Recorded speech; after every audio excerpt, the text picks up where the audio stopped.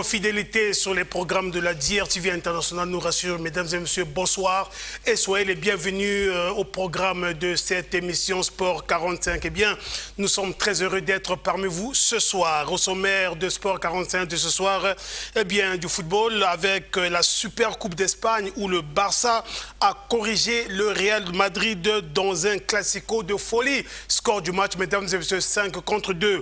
Et puis dans cette émission, nous reviendrons sur les quelques résultats des compétitions africaines interclubs déjà en Coupe de la CAF. Eh bien, quelques équipes ont déjà décroché leur visa pour les demi-finales de compétitions africaines interclubs en Coupe de la CAF. Eh bien, il s'agit de RC Constantine qui totalise 12 points, RS Berkane de le groupe B qui totalise 13 points, UCM Alger dans le groupe C qui totalise 11 points et le Zamalek dans le groupe D qui totalise 11 points. En Ligue des Champions, Al Hilal dans le groupe A totalise 10 points, AS FAR dans le groupe B 9 points, Orlando Pirates dans le groupe C 11 points et l'Espérance de Tunis dans le groupe D totalise 10 points. Ça veut simplement dire, mesdames et messieurs, lors de la 6e et dernière journée, en tout cas, un nul suffit pour ces équipes déjà pour se voir expédiées au prochain tour. Voilà, mesdames et messieurs, pour la vitrine de Sport 45 de ce soir. Eh bien, je ne suis pas seul, comme vous pouvez le constater. J'ai à mes côtés Mister Bello qui est là. Bello, bonsoir. Bonsoir, Donald. Eh bien, mesdames et messieurs, comme annoncé dans la vitrine de Sport 45 de ce soir, eh bien, nous allons ouvrir cette émission par le Classico. Le Classico en match comptant pour la Super Coupe d'Espagne entre le FC Barcelone et le Real de Madrid. Mené dès la 5e minute après un but de Kylian Mbappé, le FC Barcelone a à nouveau corrigé le Real de Madrid sur un score de 5-2. Alors, Bello, comment as-tu vécu ce Classico? Oui, un cataclysme pour les Madrilènes et une très bonne nouvelle pour les Catalans parce qu'on voit déjà ce match mené très tôt par le Real dans un grand classico comme ça qui s'est dépaysé, qui s'est joué du côté de Jeddah en Arabie Saoudite. Le Barça s'est vite ressaisi en revenant à la marque par Lamine Yamal avant d'enchaîner. Mais de quelle manière, Bello? De quelle manière? C'est un but de classe mondiale. Ça m'a fait penser à Léo Messi. Il n'a pas tiré, il a juste placé la balle à l'endroit qu'il fallait. Et ça s'est enchaîné les actions et surtout les buts pour les Barcelonais. Malheureusement, en face, l'équipe du Real était impuissante de réagir face à cette armada offensive du Barça. Ah oui, armada offensive. Lewandowski, Rafinha, les joueurs qui ont déjà maltraité ce Real Madrid lors du premier Classico de l'année en championnat de la Liga. C'était en octobre dernier. Oui, en octobre en Liga. Et ils ont encore réédité. Et dans leurs propres installations. Exactement, ils ont encore réédité l'exploit, cette fois-ci en marquant 5 et non 4 du côté de Jeddah en Arabie Saoudite. Je pense que Donald, le Real doit vite se ressaisir car le Barça se comporte de mieux en mieux face aux cadors, aux équipes moins placées. Aux équipes moins placées, déjà humiliées en octobre, comme Bello l'a dit, sur sa pelouse à Santiago Bernabéu, 4-0. En tout cas, le Real Madrid a connu un nouveau naufrage et subi une véritable leçon de la part de son grand rival, collectivement supérieur et emmené par son irrésistible trio, comme tu as su le dire, Rafinha, Lewandowski et Lamine Yamal. Alors, tu as vécu, Prince Kakou, tu as vécu également ce classico en match comptant pour la Super Coupe d'Espagne entre le Real Madrid et le FC Barcelone. Oui, effectivement, Donald de Goma, c'était une véritable douche froide pour les Madrilènes. Ils ne s'attendaient pas vraiment à un tel score. On s'attendait à un match. Mais dès la 5e minute, lorsque le FC Barcelone est cueilli à froid avec ce but de Kylian Mbappé, on peut avoir de l'espoir. Oui, au début du match, disons pendant au moins les 10-15 premières minutes, le Real a donné espoir. Parce que le Real est très en forme en ce moment. Les gens donnaient plus les pronostics en faveur du Real que par rapport aux Catalans. Mais pendant les 15 premières minutes, vraiment, ils ont tenu le coup et l'espoir qu'on attendait d'eux. Mais après, à partir des 15 dernières minutes de la première mi-temps, le match a basculé. Les Barcelonais ont carrément renversé le match et avec leur trio magique, comme on vient de le dire, tout ça. Surtout sur leurs propres installations. Moi, je sais que ce genre de derby, c'est toujours très hallucinant. Et c'est des matchs vraiment de rivalité. À tel point que le Barça, même s'il est en méforme, forme, il dit, même avant le match, même il y a des joueurs qui ont dit c'est un match à ne pas perdre. Surtout quand c'est contre le Real Madrid, on préfère vraiment, ça dit tant mieux mourir sur le terrain, gagner ce match que ne rien faire. Tant mieux être battu par une autre, mais pas les Madrilènes. Et ils se sont surmontés. Ils ont fait tout ce qu'il fallait faire et ils ont joué du beau football, on a vu. C'était un autre Barcelone par rapport à ce qu'on a l'habitude de voir. Le Barça a joué un très bon football et il mérite, je pense, sa victoire. Bello, au départ de ce Classico, est-ce qu'on pouvait pronostiquer, sachant pertinemment que le Real viendrait là avec un sentiment de revanche après les 4-0 pris lors du championnat, comme tu as su le rappeler tout à l'heure? Il y avait plusieurs points déjà à soulever, Donald. Il faut savoir que le Barça venait un peu en méforme, ça il faut le dire, car le Barça a mal terminé l'année 2025, l'année 2024, du côté de la Liga, qui a enchaîné des défaites. Et le Barça a eu encore des problèmes sur l'enregistrement des deux joueurs, notamment Pau Torres et Dani Olmo. Cela a un peu perturbé le groupe. Malheureusement, le groupe est resté soudé à l'égard de ces deux joueurs. Mais le Real venait déjà en super forme. Si vous voyez l'étape des demi-finales, le Barça a éliminé difficilement l'Atlético Bilbao 2-0.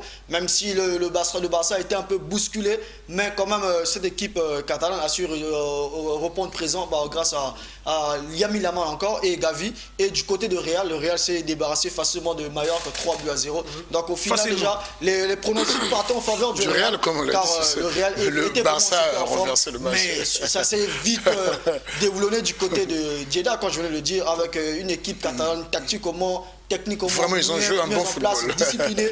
Et le Barça qui a été réduit quand même à 10 à la 55e minute. Ils ont dû tenir cette équipe de Real. Ils ont bien défendu, car même l'entraîneur italien Carlo Ancelotti du Real a reconnu que cette équipe catalane était supérieure et au-dessus de nous. Alors à l'instar des très belles images que nous avons vues hier, les applaudissements du légende, comme moi je l'appelle souvent, Luka Modric, qui a reconnu, carrément la victoire du Barça. La supériorité du Barça. Exactement, c'est des choses que nous aimerions voir, et il faut dire que ce Barça, il faut vraiment être très prudent, car la deuxième phase du championnat de la Liga, ça sera très décisif, car il y a 3 concurrents directs, le Barça, le Real et l'Atlético de Madrid. Exactement, mesdames et messieurs, cette brillante victoire du FC Barcelone au terme de ce Classico a énormément fait plaisir à Rufai Serge Okemba et surtout au journaliste sportif Nestor Isonga du côté de Pointe-Noire. Alors, Prince Kakou, décidément, ce trio irrésistible constitué de Rafinha, Lewandowski et de Lamine Yamal. Le secret de cette irrésistibilité, finalement, c'est quoi? La cohésion, l'entente? Je pense que Donald de Goma, dans l'historique du Barça, ils ont souvent eu des trios magiques.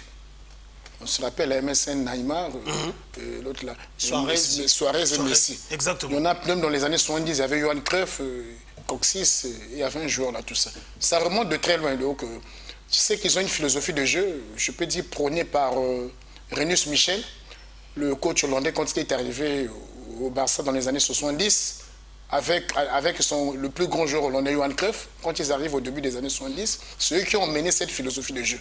Donc, dans cette philosophie de jeu, il y a toujours 3 grands joueurs offensifs pour mener la danse afin de marquer plusieurs buts. Et c'est ce qui a fonctionné depuis les années 70 jusqu'à maintenant. Et ils travaillent très dur. C'est des sciences tactiques d'entraînement qu'ils travaillent au sein de la Masia là-bas depuis le jeune âge et jusqu'à l'équipe Fagnon. Ce qui fait de telle sorte que non, quand ils grandissent, c'est-à-dire on commence au moins à l'âge de 8 ans, 9 ans, quand on arrive à maturité à 17 ans, 18 ans on est dans l'équipe senior, et quand on arrive dans l'équipe senior, facilement il y a des automatismes avec les autres, et il y a un trio qui s'arrive, on achète peut-être 2 grandes stars de l'étranger, des grands joueurs qu'ils achètent soit à les stars comme des gens comme Lewandowski. Il n'est pas certes du club, mais une star de renommée internationale, 2 ou 3 qui s'ajoutent et ils forment ce trio-là, ce qui fait qu'ils travaillent, comme je dis, c'est des séances tactiques vraiment qui travaillent de manière vraiment très approfondie aux entraînements. Donc à tel point que même avec les yeux fermés, vraiment ça coule comme de l'eau. Donc moi ça ne m'étonne pas. En fait, tout se travaille à l'entraînement. Ça se travaille, c'est de leur coutume. Mesdames et messieurs, en complicité avec la régie, Mr. Vilpion Kenzo, prière de nous remettre cette égalisation de Lamine Yamal, son but égalisateur. On va essayer de le commenter ici avec Mr. Bello. Alors Bello, la manière dont cette égalisation arrive, comment, voilà ce but-là, l'intelligence. C'est le secret de la Masia, premièrement, qu'il faut retenir. Car si vous voyez, au genèse de l'action, c'est d'abord Gavi, c'est Casado, comment il s'est cassé les lignes, comme son nom. et qui donne la passe simplement à Lamine. Lamine qui ne tremble pas devant Rudiger, devant Tchouaméni. Il se retrouve à 10 mètres à 11 mètres pratiquement de Thibaut Courtois qui fait 2 mètres et il ne tire pas, il ne frappe pas, mais il place la balle à l'endroit qu'il fallait. À l'endroit qu'il fallait. Et Thibaut maîtrise vraiment. Et Courtois n'a fait que constater les dégâts. N'a fait que constater les dégâts. Si vous voyez, si je reviens un peu du trio et de ce but, vous allez comprendre qu'un très comment actuellement, Lamine Yamal est le joueur le plus talentueux de cette ossature catalane. Exactement. Si vous voyez la complémentarité entre Lewandowski et Rafinha, vous sentez qu'avec Rafinha, il y a la puissance, il y a l'intelligence, et Lewandowski, il y a l'efficacité et surtout la finition. Mais Lamine Yamal attire des joueurs. Quand Lamine Yamal est sur l'aire de jeu, quand Lamine à la balle, les gens oublient Lewandowski, les gens oublient Rafinha, qui a la puissance et la technicité de faire mal à n'importe quel moment. Ah oui, faire très mal à n'importe quel moment. Et vous voyez là que non, la défense du Real était perturbée, il ne savait pas qui arrêter, soit Lewandowski ou Rafinha, mais le jeune très intelligent, mature à son jeune âge qu'il est, il a simplement trompé la vigilance de cette défense expérimentée du Real Madrid. Voilà, mesdames et messieurs, c'est ce qu'on appelle en jargon footballistique l'intelligence footballistique. En tout cas, nous allons à présent vous faire vivre les temps forts, mesdames et messieurs, de la cérémonie de remise de trophée, tout en commentant, bien évidemment. Alors, le trophée, il est mérité. Oui, le trophée mérité parce qu'il fallait ce titre, car il faut aussi, il y a un point très capital que ensuite dire Flick n'a jamais perdu une finale. C'était sa 7e finale qu'il a disputée hier face au Real et il a dû l'emporter. C'est des très bons signaux déjà pour le Barça qui est en course pour la Ligue des Champions, 2e derrière Liverpool, car la Ligue des Champions c'est maintenant en phase de groupe unique et 3e au niveau de la Liga, et le Barça est en course partout, qualifié aussi en Coupe du Roi. Je pense que la finale va avoir vraiment boosté le moral des Catalans qui étaient sur une très mauvaise série de défaites en Liga et ils ne savaient plus comment enchaîner les matchs, et le mois de décembre est passé. Quelle image, Lewandowski en entretien avec le président Laporta. Tout à fait. C'est vraiment très belle image. C'est la complémentarité. Vous pensez que vous voyez là que c'est un président qui communique avec son équipe, qui est présent autour de cette équipe catalane malgré les problèmes administratifs et financiers. C'est ça qui fait la force. Je pense que l'équipe est unie. Il y a un discours, il y a un talent, il y a le talent et il y a des résultats qui se suivent autour de cette équipe du Barça. Prince Kakou. Oui, effectivement, comme Bello vient de le dire, tu vois l'harmonie qu'il y a entre le président, le staff technique et les joueurs, malgré les problèmes qu'ils ont actuellement. Ça prouve que l'équipe peut surmonter parfois certains problèmes. Sans vous couper la parole, vous pouvez comprendre simplement que celui qui soulève la coupe, c'est un gardien qui est blessé. Voilà, Ter Stegen, le gardien allemand. Qui était dans les gradins, mais qui est venu soulever la coupe. Pour la circonstance. Et il le méritait. Je vois un peu la considération, c'est l'équipe catalane. Voilà. Ça prouve tout vraiment. En tout cas, le FC Barcelone est en train là, mesdames et messieurs, de brandir son 15e trophée de cette compétition. Bien évidemment, un trophée qui a énormément fait plaisir aux Catalans, aux supporters justement de cette équipe du FC Barcelone. Par rapport aux problèmes qu'ils traversent actuellement, ça va essayer de booster le moral et de bien continuer le championnat de la Ligue des Champions. Ah ouais.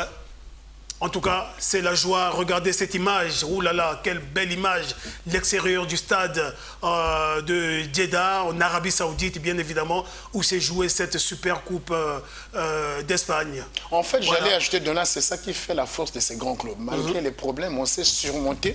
À l'interne, on s'organise afin de ne pas montrer aux yeux du monde et continuer à jouer son football comme d'habitude. C'est comme si rien n'était. Voilà. C'est l'exemple qu'on doit prendre au sein de nos instances au niveau du football africain, en particulier ici au Congo, avec les problèmes qu'on traverse.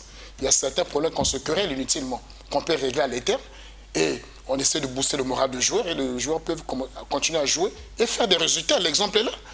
Nous, on se chamaille, là, on a des problèmes. Il y a des résultats, mais au niveau des instances, les dirigeants se querellent pour des pauses.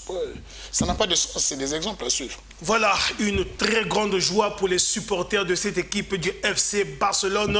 Je n'oublie surtout pas Nestor Isanga du côté de Pointe-Noire, journaliste sportif.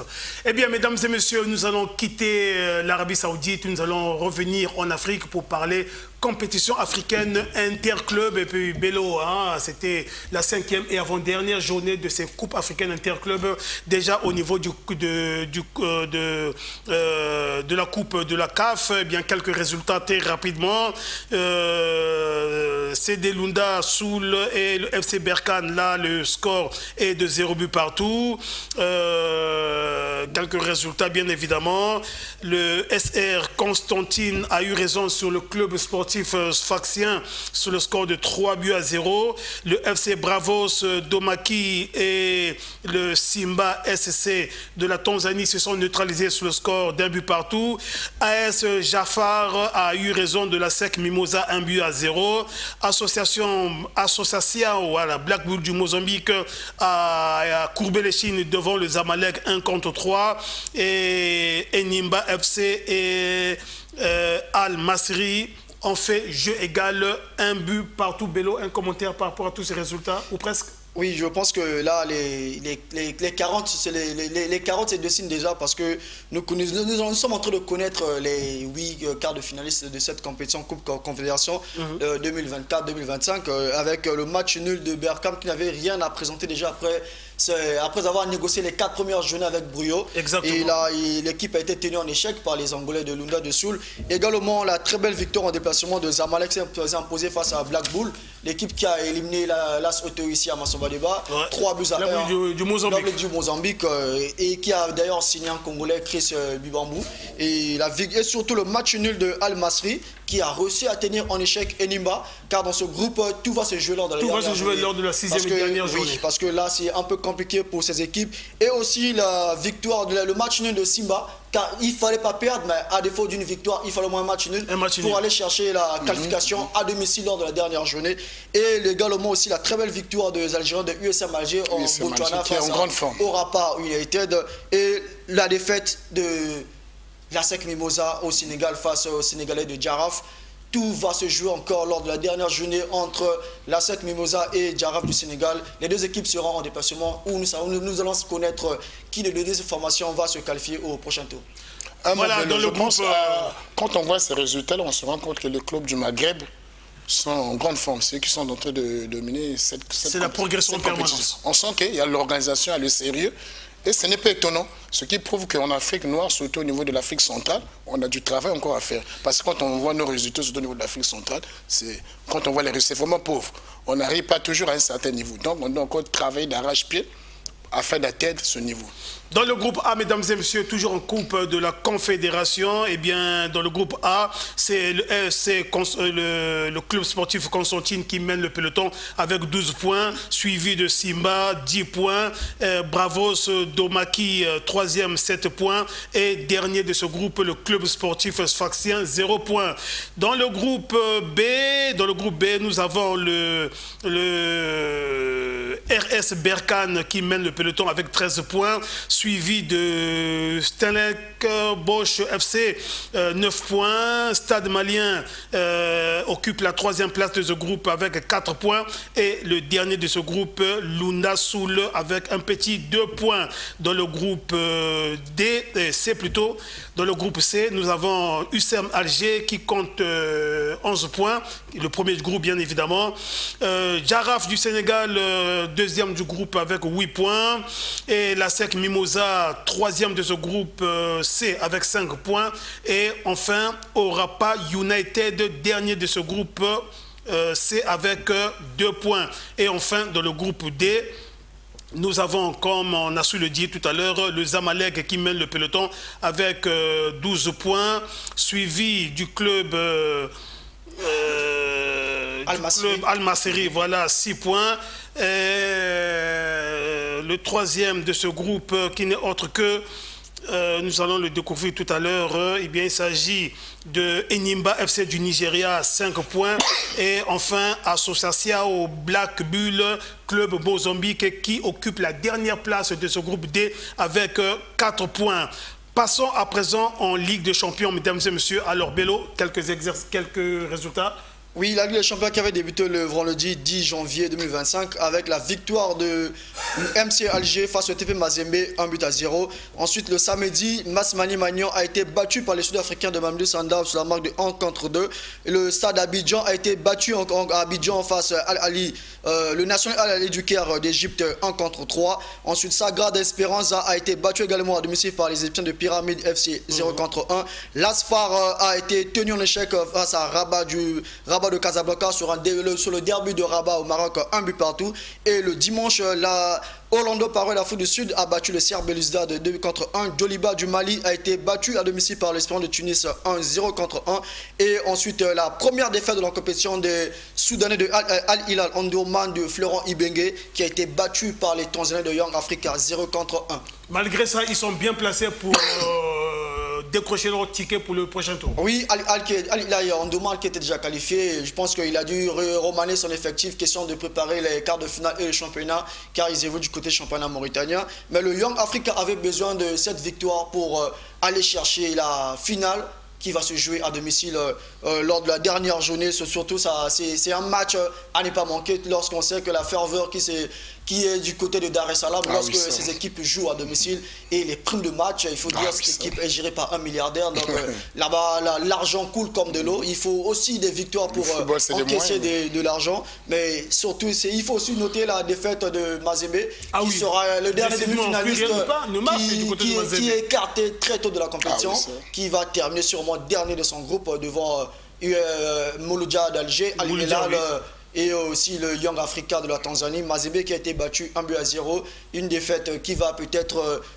permettre au président de cette formation de remanier l'équipe. Surtout, on annonce déjà le départ de l'entraîneur franco-sénégalais Lamine Diaye. Et il faut ici surtout souligner la défaite de Mani Magnan qui a été battu par les Sud-Africains de Mamelodi Sundowns. Il faut dire que il avait bien commencé la compétition. Cette équipe, et c'est sa première, donc il faut te dire avec des points qu'il a su à glaner. L'expérience a été vraiment très difficile pour les unionistes de Maniema, car l'équipe est du côté du Kindu. Mais la finale aussi dans ce groupe va se jouer entre le Raja et le Mamelodi Sundowns lors de la dernière journée du côté de l'Afrique du Sud. Alors, comment, au niveau du classement dans ces 4 groupes, en tout cas nous allons partir du côté de la régie, déjà pour les regarder du côté du groupe A de cette compétition Ligue des Champions. Dans le groupe A, c'est Al-Hilal qui mène le peloton avec 10 points, suivi de MC Alger, 8 points, troisième de ce groupe Young Africa, 7 points, et dernier de ce groupe, comme nous venons de le dire, tout puissant Mazembe, 2 points. Et dans le groupe B, premier de ce groupe, bien évidemment, il s'agit de Asfar, 9 points, suivi de Mamelodi Sundowns, 8 points, troisième de ce groupe Raja Casablanca, 5 points, et le dernier de ce groupe AS Maniema Union, 3 points. Et bien dans le groupe C, nous avons comme leader de ce groupe, les Sud-Africains d'Orlando Pirates, 11 points. Deuxième, Al-Ahly d'Égypte, 10 points. Troisième, RC Belouizdad d'Algérie, 6 points. Belouizdad, tombeur de l'AS Léopard, ici à Brazzaville, 2-0. Et lors de la manche retour à Blida, 1-0. Et le quatrième de ce groupe B, de ce groupe C, qui n'est autre que Stade d'Abidjan avec un petit point. Enfin, dans le groupe D, en Ligue des Champions, le premier, c'est l'Espérance de Tunis qui mène le peloton avec 10 points, suivi de Pyramide FC, un autre club égyptien, 10 points également. Sagrada Esperanza occupe la troisième place de ce groupe D avec 5 points. Et enfin, bon dernier, Djoliba de Bamako, un petit 2 points. Ça veut simplement dire que la 6e et dernière journée va se disputer avec âpreté. Mesdames et messieurs, nous allons revenir chez nous pour parler. Pour l'instant, nous n'avons encore aucune confirmation de la note, mais il semble-t-il que Isaac Ngata a été limogé de son poste d'entraîneur de Diable Rouge Bello. Oui, c'est la bombe que nous avons annoncé le journal, le magazine français Jeune Afrique, et surtout par le journaliste Bilibo, qui avait annoncé que l'entraîneur congolais réclamait son salaire, ses droits, car il n'a pas touché moins de centimes de son salaire depuis qu'il a été de la sélection nationale, et il n'a pas de contrat. Ce qui a été révélé par le journaliste Bilibo, quand je viens de aucun contrat avec l'équipe nationale. Avec l'équipe nationale, ce qui va dire le sélectionneur n'a pas de contrat avec la Fédération congolaise de football ou encore le ministère, parce que sur le journal la magazine est bien notifié que le sélectionneur Isaac Ngata se contente uniquement des perdièmes et des primes de match lors de rassemblements, ce qui est très déplorable. C'est dommage. Lorsque je sais que l'entraîneur est là depuis 2023, après le limogeage du Belge Paul Put. Ouais. Donc aujourd'hui nous sommes en 2025, le monsieur n'a pas touché son salaire. C'est vraiment triste parce que... Mais comment pouvait-il accepter ça? Il est à la tête d'une équipe nationale, il ne touche pas son salaire et c'est normal. La première question que je me suis posée, est-ce que c'est lié au problème entre la Fédération congolaise de football et le ministère, ou encore le sélectionneur Isaac Ngata ignorait tout ce qu'avait dit le président de la Fédération congolaise de football, ça pouvait pas trop être cela parce que Isaac Ngata à la tête des Diables Rouges, ce n'était pas un choix de la Fédération congolaise de football, mais plutôt du ministère des Sports. C'est là où je voulais arriver, parce qu'il ignorait encore que son contrat n'a pas été signé. Comment tu peux travailler à la tête d'une équipe nationale sans contrat à l'heure actuelle? Si ces informations s'avèrent vraies après vérification, je me pose la question, est-ce que le coach Isaac Ngata est habilité à porter le Congo en justice ou encore à la FIFA, parce qu'il n'a pas de contrat. Qui va traduire en justice? Sous quelle base va-t-il La fédération ou l'État congolais? C'est la question dont je me pose. Mais nous allons rentrer en profondeur de ce sujet, de cette affaire, afin de savoir est-ce que le coach Ngata est vraiment dans cette affaire, parce que là j'ai essayé de rentrer en contact avec le sélectionneur. Malheureusement c'est sans réponse, mais il va me répondre et j'aurai la très bonne version. Voilà, mesdames et messieurs, d'un sélectionneur à un autre, cette fois-ci, là c'est clair, puisque la note existe.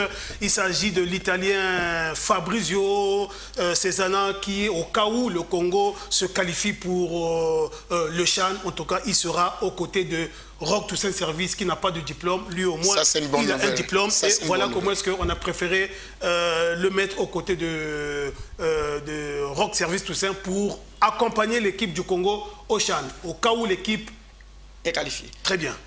Détenteur d'une licence UEFA Pro, je pense que ce qu'il revient à dire, premièrement d'abord, il répond aux critères de la CAF, exigés de la CAF pour être sur le banc d'une équipe nationale, contrairement à Roch Toussaint Service.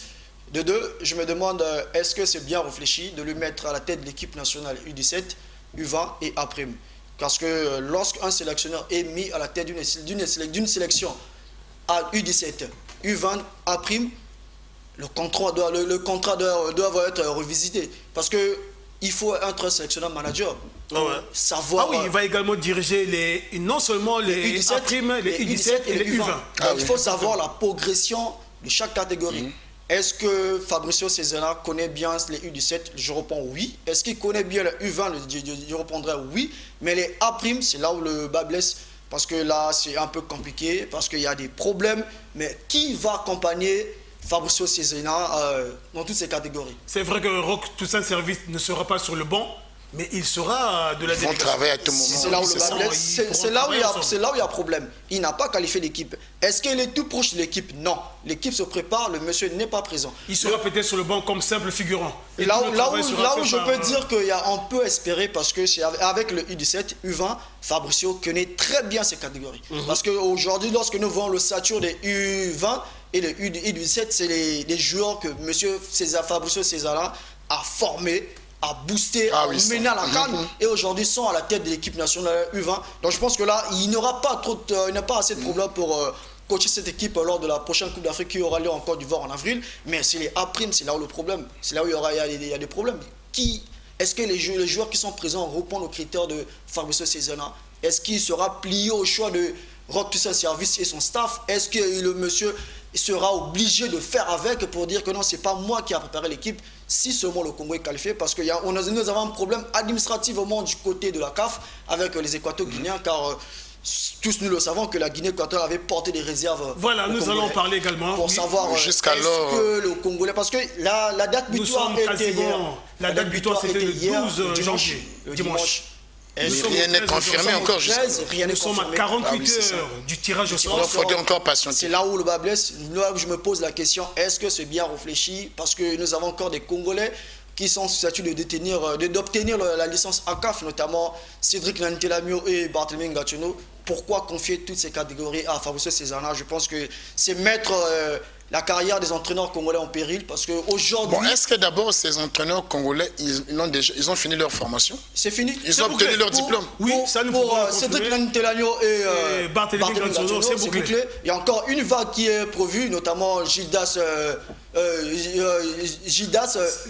Chamas, Cyril Donga et Bergeron. Ça, c'est vraiment une bonne chose. Mais moi, je pense pourquoi pas confier les tâches de l'équipe nationale à prime à un Congolais, soit Barthélémy Gansono ou Cédric Nantelagno. Non, Cédric Nantelagno a qualifié l'équipe étant adjoint de Clément Massamba. Étant adjoint. Il peut directement passer... tout à fait, je me dis qu'il connaît. C'est la raison pour laquelle je dis pourquoi pas, au lieu de confier ça à Fabrice, avoir toutes ces tâches. Je pense que M. Cézanne, depuis sa nomination, n'a pas encore tenu un point de presse pour nous éclaircir. Je pense qu'on l'aura en face de nous pour répondre à certaines questions. Nous venons d'effleurer la question tout à l'heure, mesdames et messieurs. Est-ce que la fédération congolaise, l'actuelle fédération congolaise de football, pour ne pas dire, de la commission ad hoc, a apporté toutes les explications possibles au niveau de la Confédération africaine de football à propos justement de la réserve, des réserves que la Fédération équato-guinéenne de football a portées au sujet justement de la double confrontation Guinée équatoriale, Congo, Congo-Guinée équatoriale en match comptant pour les éliminatoires de la 8e édition du CHAN. En tout cas, c'est la grosse interrogation. Mais entre-temps, nous avons un communiqué de presse de la Fédération congolaise de football. Monsieur Vilpion, oui, nous pouvons le lire pour vous, in extenso. Le comité exécutif de la Fédération congolaise de football, FECOFOOT en sigle, informe l'opinion publique congolaise qu'une réunion en ligne sollicitée par la CAF se tiendra ce lundi et donc aujourd'hui 13 janvier 2025 au sujet des réserves émises par la Fédération équato-guinéenne de football sur les matchs aller et retour ayant opposé nos équipes nationales dans le cadre des éliminatoires du CHAN. Eh bien, n'ayant pas préparé ces deux matchs, le comité exécutif de la FECOFOOT a saisi par voie d'huissier le ministère en charge des sports pour qu'il mette à sa disposition des éléments nécessaires aux fins de défendre ce dossier. Malheureusement, le ministère est resté sans réaction jusqu'au 12 janvier 2025, donc jusqu'à hier, date du dernier délai à nous donner par la CAF pour lui faire parvenir nos éléments de réponse par rapport aux dites réserves. Compte tenu de ce qui précède, eh bien, le comité exécutif de la Fédération congolaise de football se dit impuissant à défendre un dossier dont il ignore les tenants et les aboutissants. Il décline donc toute responsabilité suite aux lourdes conséquences qui pourraient résulter de cette situation. Bello, commentaire. À mon humble avis, si je peux donner une réponse très simple et brève, je peux dire que le Congo risque d'être disqualifié parce que n'ayant pas, quand je lis ce paragraphe, n'ayant pas préparé le match et le ministère du Sport n'a pas répondu à ce que nous voulons parce que les deux, le comité exécutif de la FECOFOOT n'a pas préparé le match. Le ministère du Sport est resté silencieuse, mais je pense qu'il faut être très clair. La lettre, ce communiqué de presse dit tout. Que non, ils n'ont pas des moyens nécessaires. Les moyens nécessaires n'ont pas été mis à leur disposition pour répondre valablement à la CAF. Un avocat défend une personne qui lui explique les faits. Ah oui, exactement. Ça se prépare. On ne peut pas défendre ce dont je ne connais pas l'affaire. Il faut écouter la personne, après je vais me défendre. Mais là, le comité exécutif n'a pas eu ces moyens. Qu'est-ce que je peux dire? Donc, il n'y a pas eu confrontation au niveau de la CAF entre le Congo et la Guinée équatoriale. Encore le Congo et la CAF. La CAF est restée muette sans réponse des Diables Rouges du Congo. Ce qui veut dire, moi, à mon humble avis, si je suis juge, que faut-il faire? Je vais écarter directement le Congo. Mais c'est la chose que nous ne voulons pas. Le Congolais veut la qualification. Une qualification déjà obtenue difficilement. Bon, voilà. Donc, aujourd'hui, si cette élimination arrive, à qui doit-on parler? Qui incombe la responsabilité de cette disqualification? Que les gens se poser des questions parce que ce communiqué de la Fédération congolaise de football arrive un dimanche. Ce qui veut dire, il est un samedi, ce qui veut dire, il était déjà difficile pour elle de savoir que est-ce qu'on va jouer, est-ce que je peux aller me défendre? Tant mieux d'informer l'opinion publique que non, je ne serai pas en mesure de défendre le cas de Congo face au Guinée équatoriale, au vu de ce que la CAF nous demande. Donc, c'est à la CAF de décider. Et la sentence de la CAF risque d'être très difficile pour nous. Oui, Donald de Gouma, c'est très compliqué pour les Congolais parce que tel que je vois la situation, vraiment, on est en défaveur, ça faut l'avouer carrément tout ça. Ça dit depuis longtemps on a fait que des querelles inutiles. Il fallait qu'on se soit autour d'une table, même 1 mois, 2 mois avant, afin de négocier qu'est-ce qu'on peut faire. On trouve un avocat afin de dire qu'on vient. Je dois faire le match, je crois, dernièrement, il a expliqué sur ce plateau des querelles inutiles qu'on est depuis très longtemps. On pouvait s'asseoir, on a des problèmes. Ah, pour l'honneur de notre nation, afin que au moins on ait l'honneur de la nation. On est déjà éliminé pour la CAN, mais au moins pour le CHAN, soyons au moins puisse au moins sauver le meuble. Mais malheureusement, on est que dans le querelle inutile, au lieu de s'asseoir autour d'une table, prendre un avocat afin de nous défendre. Mais à quelques jours, je pense que là, vraiment, les carottes sont presque cuites. Je ne sais pas qu'est-ce qu'on peut encore faire. En tout cas, les carottes sont cuites pour le Congo ou pas. Nous reviendrons ici, mesdames et messieurs, à notre prochaine émission pour en savoir davantage. Parlons toujours football. Eh bien, le championnat national de football prévu par le comité, la commission ad hoc est donc prévu pour le 17 janvier prochain. Mais du côté de Pointe-Noire, en tout cas, les membres justement de cette commission ad hoc ont réuni quelques dirigeants des clubs pour leur expliquer la faisabilité justement de ce championnat. Mais il y a quand même quelques clubs qui se disent ne pas être prêts justement à prendre part à cette compétition. Je ne vous en dis pas plus, suivez plutôt ceci dans ce morceau choisi. 17 janvier 2025, le championnat va démarrer.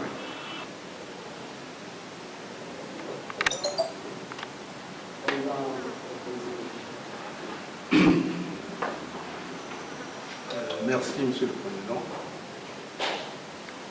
Je vais juste parler de quelque chose.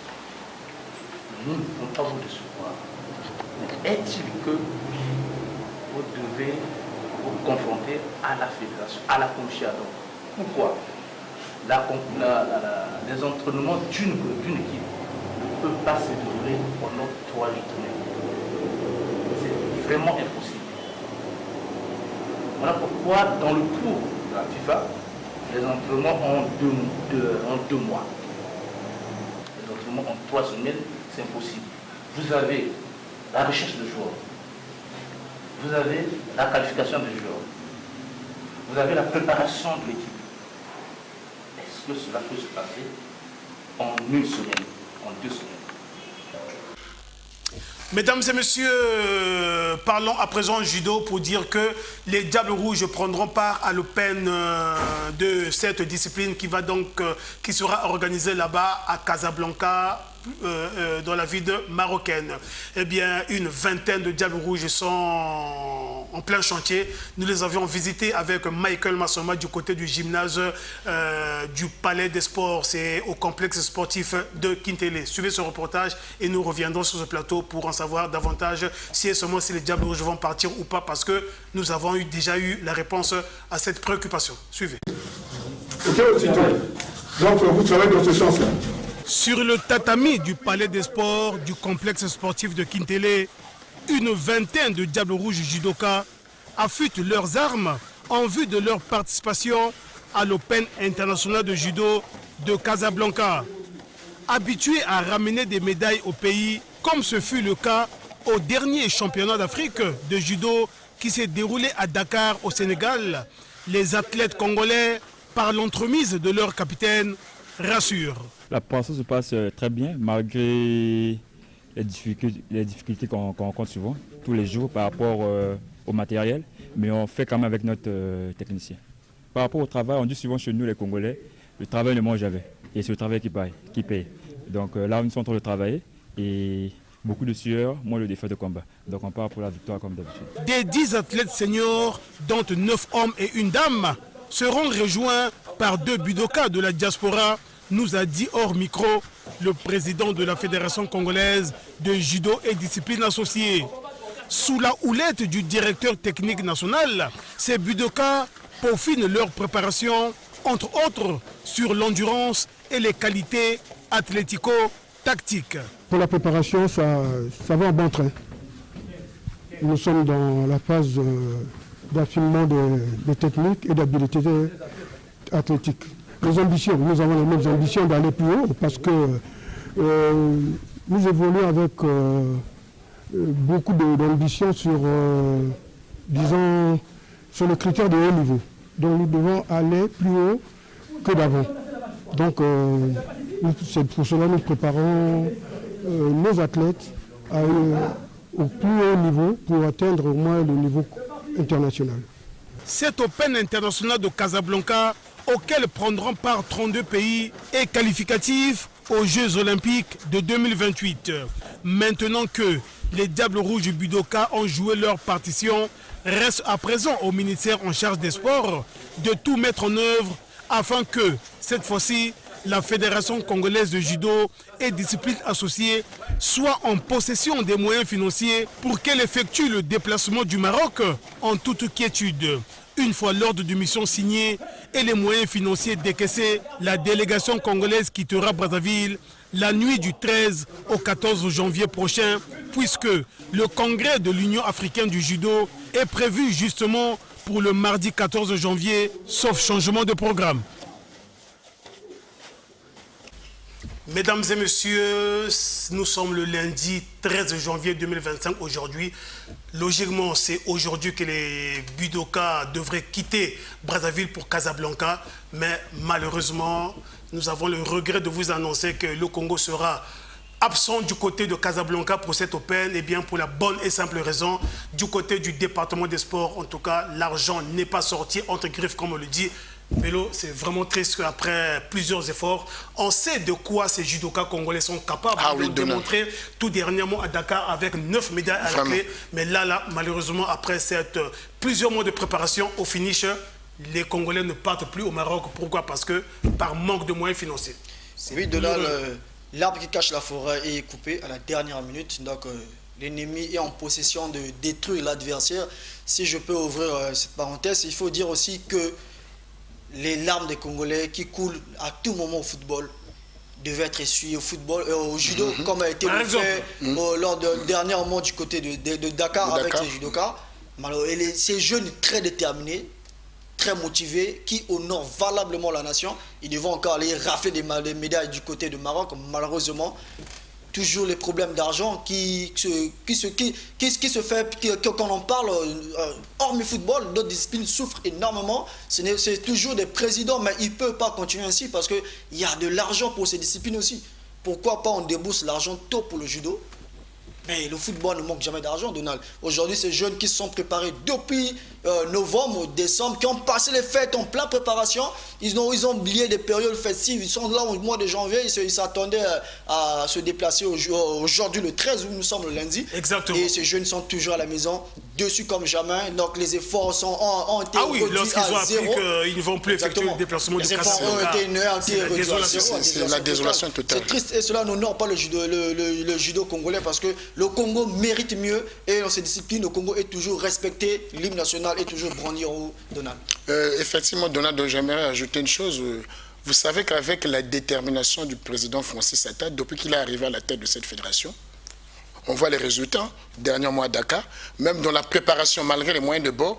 Si vous assistez à ces séances d'entraînement, tu vois vraiment, il y a la détermination d'aller de l'avant. Qui ne parle que de judo. Un jeune président moderne, mais expérimenté, qui est depuis le bas âge dans cette discipline, il a franchi tous les échelons, afin d'arriver jusqu'à devenir président de la fédération. Prince Kakou, le paradoxe dans cette affaire est que l'ordre de mission a été bel et bien signé par le département de sport, mais dans cet ordre de mission, on vous dit que vous prenez en charge votre voyage. Bon, c'est triste. Une fois encore, Donald Dogoma pour dire que le désordre qui existe dans notre administration du sport, je l'ai toujours dit dans ce plateau ici, tant qu'on ne prendra pas du sérieux au niveau de nos administrations, sur le terrain, il n'y aura pas de résultats.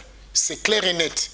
Là, ça se voit encore. On n'a rien compris encore jusqu'à présent. Malgré même au moins une discipline comme le judo, c'est une discipline qui nous fait honneur toujours. Depuis la nuit des temps, le judo, souvent, ça rapporte des résultats. Si on peut investir au moins dans une discipline sportive, je pense que le judo, c'est parmi ces disciplines qu'on peut investir au moins assez d'argent parce qu'on est sur au moins de glaner des médailles.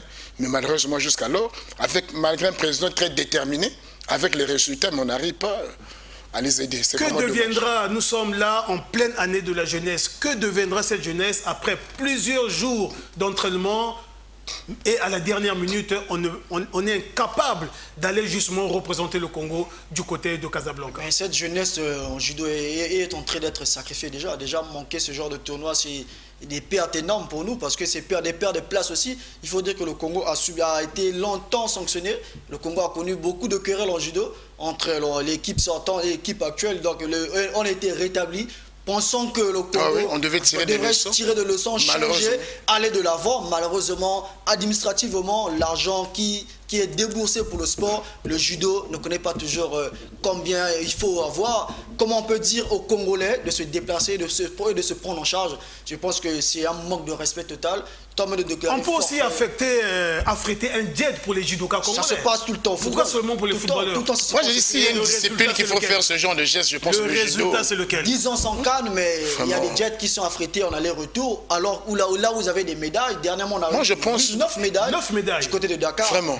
Avec les moyens de bord. On ne peut pas avoir 15 ou 20 médailles du côté du Maroc. Je pense que cela doit vraiment interpeller nos autorités parce que le sport au Congo n'est pas seulement le football. Nous avons le judo, l'handball, le basket, karaté. Il y a plusieurs disciplines qu'il faut mettre en valeur, pas seulement le football. Voilà ces jeunes qui se sont préparés pendant longtemps, qui vont rester à la maison, suivre la compétition, c'est vraiment regrettable. Surtout cette compétition est qualificative à la CAN, comme vous voulez le dire. Et pour les Jeux Olympiques. Jeux Olympiques 2028.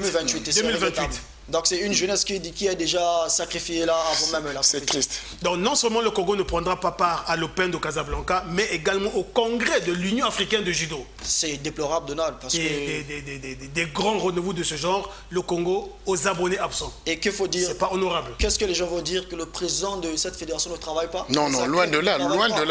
C'est triste parce que l'homme a mis les athlètes en préparation. Si les athlètes étaient à la maison, ça va être différent. Exactement. La preuve là, ils sont allés à Dakar avec leurs propres moyens. Voilà, les athlètes sont bien structurés. Ils n'ont pas parlé de problème de préparation. Ou un manque de préparation, les athlètes n'ont pas soulevé ce point. C'est un problème administratif. Même les entraînements avec les moyens du bord. Voilà, il fallait faire sortir de l'argent pour refaire déplacer ces jeunes. Ce n'est pas le président qui va faire sortir l'argent de sa poche pour envoyer ces jeunes. C'est regrettable lorsqu'on parle de ça dans l'interne en plein 21e siècle de me poser la question, où va le sport congolais, Donald? Mesdames et messieurs, nous allons chuter pour parler nécrologie dans cette émission. Eh bien, il s'appelait Djibril Dengaki, ancien Diable Rouge Yaoundé 72. Il a également gagné la Coupe des vainqueurs de Coupe avec le Kara en 1974. Bello, il nous a quittés il y a de cela quelques jours. Oui, je ne l'ai pas vu jouer, mais je l'ai vu entraîner. Parce que je me souviens la première fois de le voir, c'est avec Oteo en 2e division. Je l'ai aussi vu à Saint-Michel de Wenzé. À Saint-Michel de Wenzé. Oui, également à Cuvette. Cuvette, ouais, c'est l'équipe qui était basée à Oyo. L'équipe de Cuvette en 2e division. C'est un monsieur où j'ai vu que j'ai beaucoup de respect. Et il était très gentil. Donc, il parlait que de football. Il respirait que le football. Ouais, il respirait que le football. C'est vraiment une perte immense pour le football congolais. Déjà, quand j'ai eu la nouvelle, personnellement, j'étais un peu attristé parce que la nouvelle n'était pas arrivée au bon moment. Parce que c'est monsieur qui t'explique le football, il t'explique la nostalgie. Avec pédagogie, les ABC du football, mais qui fait partie de l'épopée en 72. C'est vraiment triste, paix à son âme, que la terre lui soit assez légère, Donald. Oui, Donald, c'est très triste. Djibril Dengaki, ce grand défenseur, qui à son époque était parmi les plus grands défenseurs du continent. Je l'avoue parce que vraiment j'ai même les archives, les journaux, ça parle. 2 fois champion d'Afrique avec l'équipe nationale, avec le Kara en 1974. Dengaki qu'on appelait Ifondo, qui était revenu du Fondo pour venir ici à l'Étoile du Congo. Et dès qu'il est arrivé en peu de temps, il s'est adapté à la grande équipe de l'Étoile du Congo de l'époque. Aussitôt, en quelques mois, il est devenu titulaire de cette équipe. Et en une année après, je pense qu'il intègre l'équipe nationale. Il a glané plusieurs titres au niveau national, les Coupes du Congo. Et après, vers la fin de sa carrière, je pense qu'il est allé en France jouer en 3e division. Bon, il n'a pas fait long feu, c'est dans une division amateur. Pendant quelques années, après là où il a fait un peu ses diplômes d'entraîneur pour revenir entraîner, il a fait ses classes avec quelques clubs qu'il a entraînés. On sait le parcours d'entraîneur qu'il a eu, il a apporté des bons fruits. Donc c'est très triste vraiment pour ce grand monsieur de football qu'on puisse perdre. Au moment où vraiment on a besoin de lui, il meurt. Que la terre lui soit légère. Voilà, mesdames et messieurs, c'est donc par cette triste nouvelle, eh bien, je profite aussi de dire que le service des sports de la DRTV International adresse ses condoléances les plus attristées à la famille du football congolais et à sa famille biologique. Paix profonde à son âme. Voilà, complètement bouclé, mesdames et messieurs. Merci à Michael Massomba qui était derrière cette caméra. Merci à Vilpion Kenzo qui était du côté de la régie. Jonas Aoué du côté du son. Quant à moi, mesdames et messieurs, je vous dis au revoir. Merci, hein. Je n'oublie pas Bello qui est là. Merci à Prince Kakou pour votre expertise. Merci également à nos chers téléspectateurs du côté de Pointe-Noire, Nessa et Songa. Quant à moi, je vous dis au revoir. Bonne suite sur votre chaîne de prédilection, la DRTV International. Au revoir.